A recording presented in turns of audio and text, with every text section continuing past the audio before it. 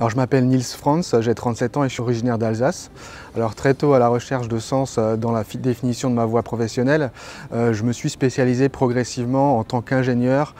dans les domaines des énergies décarbonées, alternatives et du génie de l'environnement. Je travaillais en Suisse en tant que d'abord chef de projet, responsable ensuite d'un secteur d'activité dans la thermique, les énergies renouvelables, chez un énergéticien. J'ai quitté cette vie assez confortable pour reprendre un projet, en gros un projet de recherche avec Centrale Supélec, avec mon van que j'avais construit, etc. En quittant un peu ma vie là-bas et du coup en prenant cette formation en parallèle à l'école des ponts. Cette formation m'a également donné l'énergie, en association avec un ami de promotion, de créer en parallèle de cette formation un projet entrepreneurial. J'ai toutefois souhaité m'investir dans le master spécialisé immobilier bâtiment durable en parallèle de mon travail de recherche au cours des années 2022-2023. Cette formation m'a permis de disposer d'une vision globale des enjeux relatifs au secteur du bâtiment d'une part et de développer, je dirais, un réseau rapproché, stimulant autour de ces sujets d'autre part et notamment d'ailleurs d'y rencontrer probablement ma future femme puisqu'on a prévu de se marier très récemment pour encore cet été 2024. Donc de grandes opportunités d'approfondissement sont également offertes au travers des thématiques présentées tout au long du cursus en question du Master IBD pour tous ceux qui s'engagent pour en tout cas un réel apprentissage en profitant des intervenants de grande qualité par ailleurs.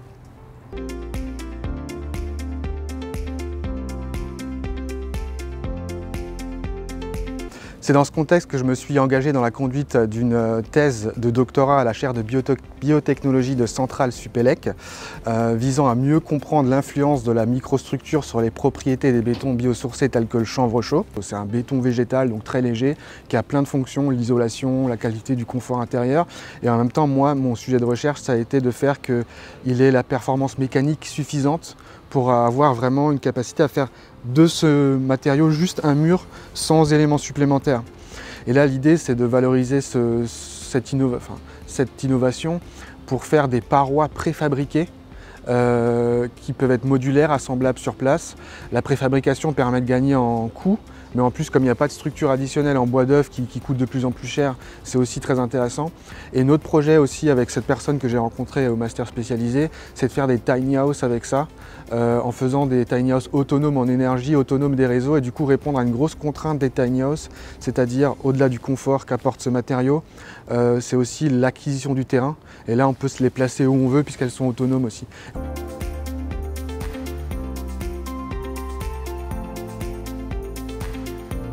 Là, on a gagné un projet de prématuration à City qui est à Gustave Eiffel de 50 000 € pour pouvoir mettre au point cette préfabrication de parois qui pourrait être amené à faire plein d'autres choses. Ensuite, il y a ce projet de Tiny House et celui-ci, il est dans la création depuis 2022. Mais là, on reste bloqué sur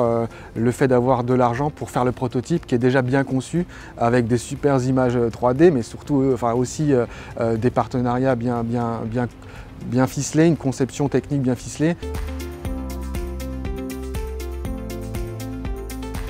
Alors un appel à candidature sur dossier est lancé a priori à la fin des différents cursus de l'école pour organiser une sorte de finale ensuite devant un jury de la Fondation des Ponts. Alors à titre personnel, c'est grâce à l'ancienne responsable académique Karine Perronin que j'ai été averti car je n'y avais pas prêté spécialement attention ou pas fait trop attention à cet appel à candidature à la base. Donc je me permets par cette question de remercier encore Karine Perronin. Alors, au-delà de présenter un dossier, je dirais, académique et de représenter au mieux les couleurs de ma formation au sein de l'école, je dirais c'est l'exercice de la présentation finale du cursus et de la pertinence du projet global devant un jury tel que celui-ci que j'ai trouvé très intéressant.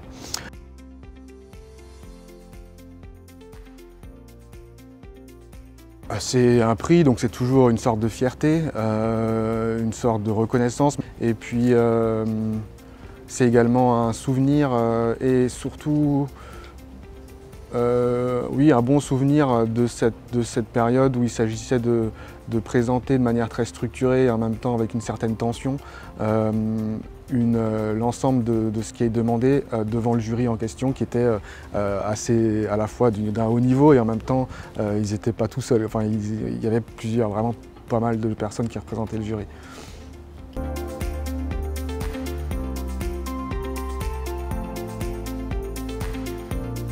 Qui est publié sur les réseaux, et en fait mine de rien ça sert pour les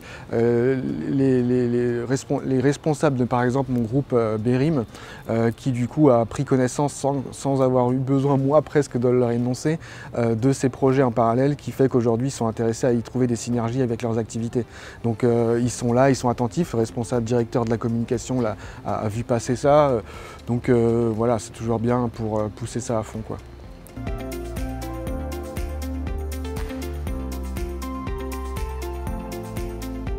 Et du coup, aujourd'hui, je suis salarié chez Bérim, un bureau d'ingénierie appliqué à tout ce qui est ville durable, bâtiment, ville durable, réhabilitation, construction neuve, logement tertiaire, génie urbain, l'eau et les réseaux de chaleur dans lesquels je travaille aujourd'hui. Mais du coup, avec des potentielles synergies entre ce que je fais dans le domaine des réseaux de chaleur chez eux et leurs autres activités, parce que justement je commence à leur expliquer de ce que j'ai fait à travers ces projets sur le matériau de chambre chaud,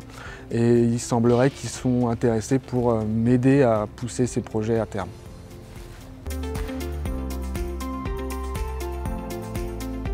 Merci à ce que fait l'École des Ponts pour les formations continues, pour les cadres en poste, pour la transition écologique, notamment pour le secteur du bâtiment et de l'urbain, puisque je peux clairement dire qu'après avoir fait un certain nombre de recherches, l'École des Ponts se positionne comme un gros leader, je trouve, aujourd'hui, des formations pour ces personnes-là, pour les cadres en poste, pour la formation continue dans ce domaine-là, à l'échelle française, voire plus.